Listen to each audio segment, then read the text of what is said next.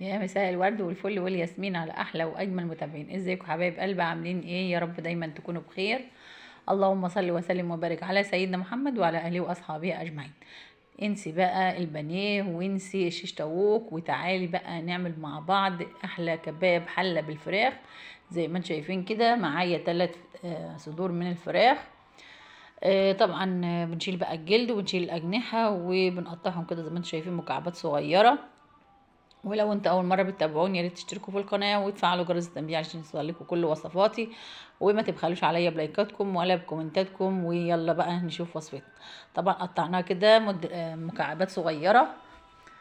بعد كده اشهد لا اله الا الله واشهد ان سيدنا ونبينا محمد رسول الله.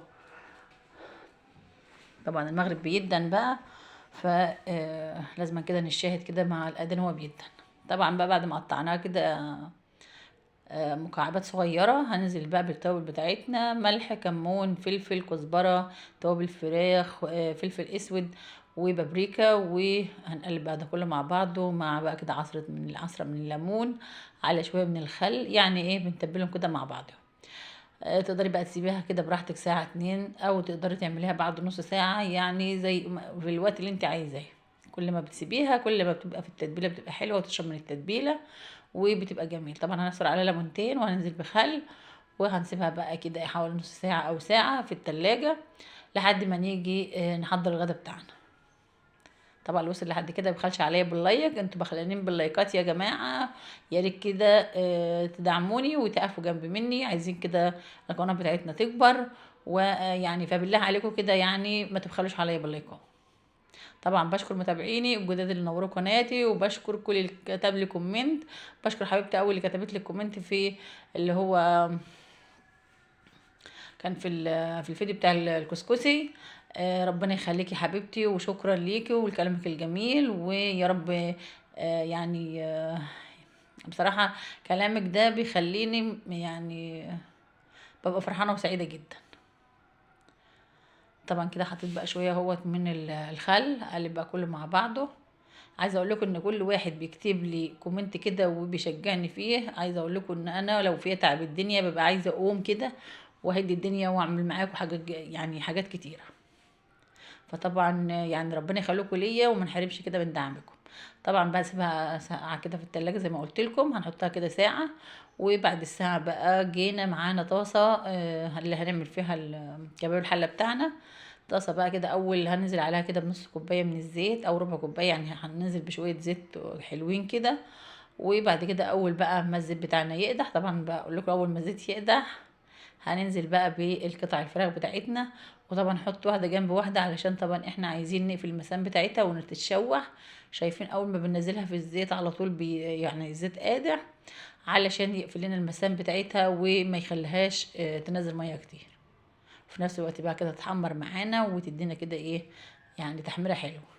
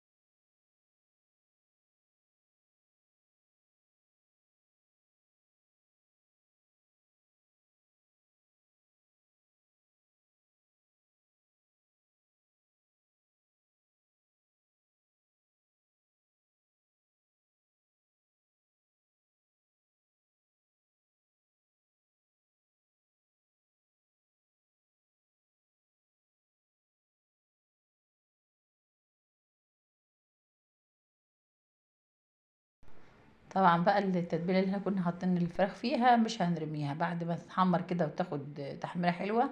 شايفين بقى الزيت ظهر اهوت وبدأ كده نزلت الميه اللي كانت فيها. وهتبدأ بقى تحمر معانا. وطبعا ده كله بقى كده على نار متوسطة علشان طبعا تتحمر معانا بالراحة كده. وزي ما قلت لكم كده التتبيلة اللي انا كنت عاملة فيها الفراخ مش هرميها، هحطها تاني بس مش دلوقتي خالص لحد ما الفراخ تتحمر كده وتاخد لون حلو. هاجي اضيف بقى المية اللي انا كنت او اللي نزلت من التتبيلة او التتبيلة اللي كانت فاضلة يعني في الفراخ. طبعا هي خلاص اهي بدأت تحمر اهي. هنتنينا نقلب كده ونشوح فيها لحد ما تحمر كده وتاخد لون حلو، علشان لما نيجي بقى ننزل البصل، البصل بتاعنا يكرمل كده ويخليه يبقى حلو. طبعا معايا بقى 3 فصوص من الثوم هنحطهم سلام كده زي ما هما، هيدوا نفس للكباب بتاعنا، وفي نفس الوقت كده هيبقوا محافظين على القوام بتاعهم. طبعا بعد كده بقى انا محضره معايا كده 4 بصلات او 3 بصلات كده متوسطين، يعني حسب الكميه اللي انت عايزاها. انا عملت كميه حلوه كده وحسب وقطعتها كده جوانح. انت بقى عايزه تقطعها صغير تقطعها كبير زي ما انت عايزه. هنحطهم بقى ننزل على الفراخ بعد ما الفراخ بتاعتنا كده اتحمرت وخدت تحميره حلوه كده. هننزل بقى عليها البصل وهنسيبهم كده يتشوحوا بقى كده ويتبلوا مع بعضهم.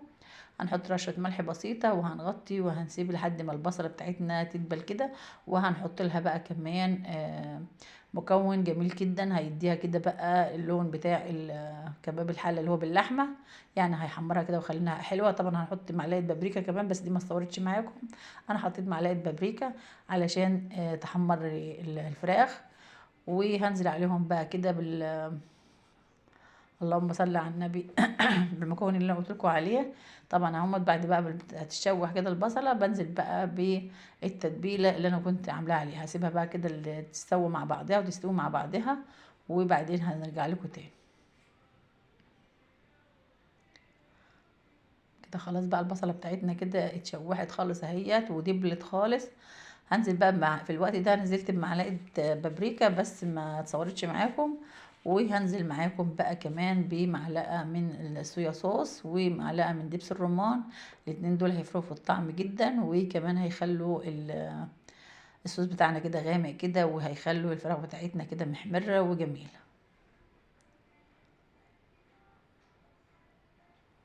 هسيبهم بقى يتشوحوا كلهم برضو مع بعضهم كده كده ياخدوا غلوة كده مع بعض، وبعد كده بقى هنقدمهم. تقدري بقى تقدميهم جنب مكرونة جنب رز اللي انت عايزاه. طبعا شايفين بقى هي خلاص كده استوت خالص وبقت مية مية وما عادش فيه مية قد كده كتير. وكده بقى اللون بتاعها والطعم بتاعها بقى جميل، وكده هي استوت وبقت شوزي وزي الفل.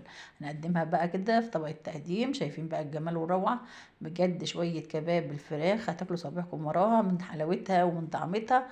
طبعا هنجيب بقى شوية كده من الكزبرة الخضراء وهنرشها عليها كده لزوم بقى الايه التزيين والجمال والروعة كده، عشان نخلي طبقنا كده. طبعا تعرفين ان العين بتاكل قبل البق، فطبعا نزلنا كده نخليها جميلة. فلو عجبكم الفيديو يا ريت تبخلوش عليا باللايكات ولا بالكومنتات بتاعتكم، واشوفكم في فيديو جديد ووصفة جديدة، والسلام عليكم ورحمة الله وبركاته.